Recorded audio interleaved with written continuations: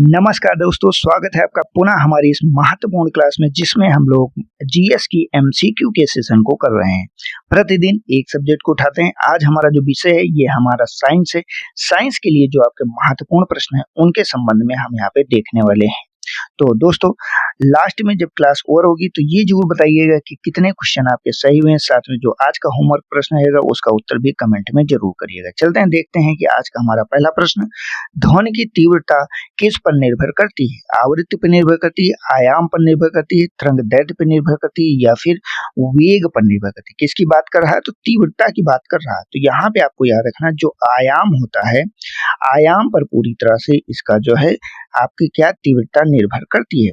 सामान्यतः अगर बात करते हैं, अगर अधिक आयाम वाली ध्वनि है तो वो अधिक तेज सुनाई देगी, और जबकि जो आवृत्ति से है ध्वनि का स्वर जो तीक्ष्णता होती है ना, ये क्या है, ये निर्धारित होता है। तो इसीलिए इसे जरूर याद रखिएगा, डायमेंशन है जो इसकी तीव्रता को निर्धारित करता है। क्लियर? चलते अगले प्रश्न पर। मानव शरीर में यूरिया का निर्माण कहाँ पर होता है? वृक्क में, यकृत में, फेफड़े में या फिर अमाशय में? तो देखिए बेटा, यहाँ पे प्रश्न पूछा गया यूरिया का निर्माण। सामान्यतः अगर देखा जाए तो यूरिया का निर्माण आपके शरीर में नहीं होता, लेकिन जो आप चीजें हैं, जो वेस्ट मटेरियल है, वेस्ट मटेरियल के रूप में क्या होता है, निष्कर्षण होता है आपके यूरिया का।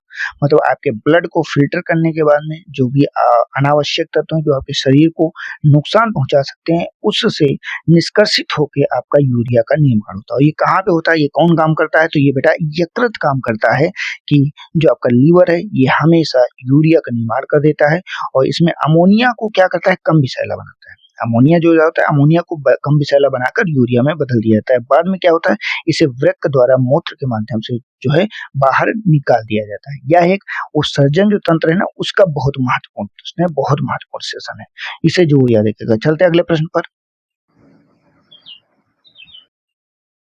प्रश्न है, निम्न में से कौन सा अधातु विद्युत का अच्छा चालक है?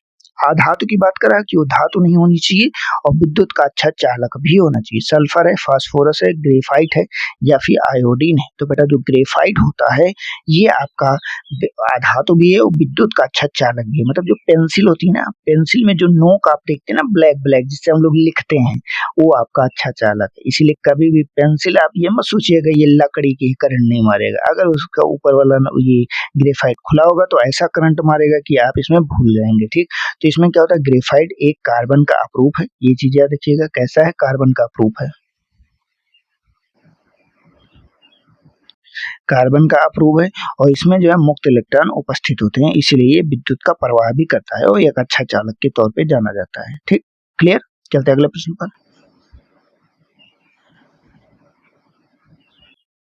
प्रकाश का वेग सर्वाधिक किस माध्यम में होता है? जल में होता है, कांच में होता है, वायु में होता है, निर्वात में होता है? तो बेटा यहाँ पे याद रखिएगा, जो आपका प्रकाश होता है इसका सर्वाधिक वेग आपका निर्वात में होता है। वहीं पे लास्ट वाली जो साइंस की आपकी क्लास हुई थी उसमें मैंने आपको बताया था कि जो ध्वनि होता है उसका वेग निर्वात में बिल्कुल शून्य हो जाता है। मतलब ध्वनि आपकी निर्वात में कभी नहीं चलती। सबसे तेज कहाँ चलती है? आपके ठोस में चलती है। ये हमने लास्ट क्लास में बताया था। आज मैं बता रहा हूँ प्रकाश का वेग आपका निर्वात में सर्वाधिक होता है। क्लियर? अब इसमें एक चीज और है, अगर बात करते हैं इसका कितना होता है, तो इसका 3 गुणे 10 की पावर 8। ठीक, ये क्या है, ये मीटर प्रति सेकंड, मीटर प्रति सेकंड इसका वेग होता है। अगर ये किसी माध्यम में प्रवेश करती है तो इसकी गति, इसका वेग जो है परिवर्तित हो जाता है। कम होगा, ज्यादा होगा, वो अलग चीज है, लेकिन परिवर्तित हो जाता है। हम चलते हैं अगले प्रश्न पर। मानव रक्त का कौन सा घटक थक्का जमने के में सहायक होता है? आरबीसी, डब्ल्यूबीसी, प्लेटलेट्स या फिर प्लाज्मा? अगर विटामिन की बात करते हैं तो विटामिन के है, ये चीज याद रखिएगा। ठीक, यहाँ पे लिख दे रहे हैं विटामिन के ना। अब यहाँ पे एक चीज और, प्लेटलेट्स जो होती है ना, यही आपका थक्का जमने के लिए जो है महत्वपूर्ण होती है। जब भी चोट लग जाती है ना तो कुछ समय बाद रक्त स्राव को रोकने के लिए प्लेटलेट्स ही जो है एक महत्वपूर्ण भूमिका निभाती है। चलते अगले प्रश्न पर। निम्न में से कौन सा क्षार बेस है? HCl, NaOH, H2SO4, NHNO3? तो यहाँ पे याद रखिएगा, जो आपका NaOH है ये मजबूत क्षार के रूप में है, इसे सोडियम हाइड्रोक्साइड कहा जाता है। बी ऑप्शन आपका सही हो जाएगा। ये साबुन हो गया, कागज हो गया, इस उद्योगों में इसका प्रयोग किया जाता है। बढ़ते अगले प्रश्न पर। प्रश्न है, बल का एसआई मात्रक क्या है? जूल है, न्यूटन है, पास्कल है या फिर वाट है? तो यहाँ पे जूल, इसमें बल का पूछ रहा है तो बल का आपका न्यूटन जो है एसआई मात्रक होता है। न्यूटन की बात करते हैं तो बल वह है जहां पर 1 किलोग्राम द्रव्यमान को 1 मीटर प्रति सेकंड का त्वरण प्रदान करने के लिए किया जाता है। क्या हमने कहा? 1 केजी क्या होना चाहिए? द्रव्यमान होना चाहिए। और इसकी स्पीड कितनी होनी चाहिए? 1 मीटर प्रति सेकंड स्क्वायर। अगर त्वरण प्रदान करता है, त्वरण का अर्थ होता है उसकी गति प्रदान करना, तो यह क्या होगा? ये आपका बल का जो है फार्मूला बन जाएगा, बल हो जाएगा। क्लियर? चलते अगले क्वेश्चन पे।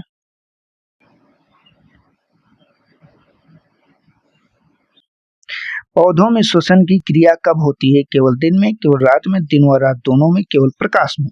तो यहाँ पे याद रखिएगा कि केवल दिन और रात में होती है या केवल प्रकाश में। यहाँ पे पूछ क्या रहा है? यहाँ पे श्वसन बेटा पूछ रहा है। ठीक, क्या है? श्वसन। तो ये तो बेटा दिन और रात दोनों में होगा, इसके लिए प्रकाश का है दिमाग में लाए। प्रकाश में नहीं, प्रकाश में क्या होगा? फोटोसिंथेसिस होगा, मतलब आपका प्रकाश संश्लेषण होगा। लेकिन श्वसन तो बेटा हर समय लेगा ना। खाना आप कभी कभी खाते हैं, ऐसा नहीं है कि हर समय आप खाना खाते रहते हैं। उसी तरह से जो आपका पौधे होते हैं ये क्या करते हैं? श्वसन हर समय करते हैं, लेकिन इनका जो फोटोसिंथेसिस होता है, प्रकाश संश्लेषण होता है, ये केवल प्रकाश में होता है या फिर केवल दिन में होता है। क्लियर? चलते अगले प्रश्न पर।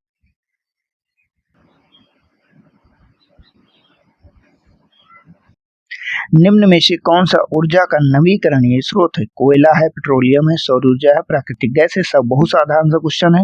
आपका सौर ऊर्जा क्या है? एक नवीकरणीय ऊर्जा का स्रोत है, मतलब जो ऊर्जा का स्रोत खत्म हो जाए उसे अनवीकरणीय कहेंगे, जो ऊर्जा का स्रोत हमेशा बना रहे उसे नवीकरणीय स्रोत कहा जाता है।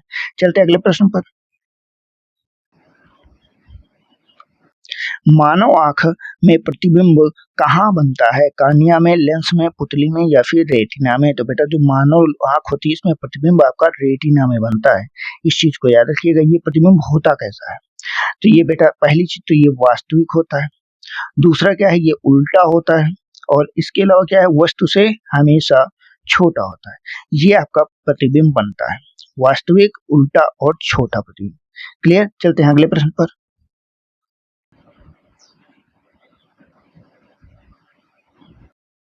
कार्बन का परमाणु क्रमांक क्या है? 4 है, 6 है, 8 है या फिर 12 है? तो जो कार्बन होता है इसका परमाणु क्रमांक हमेशा 6 होता है।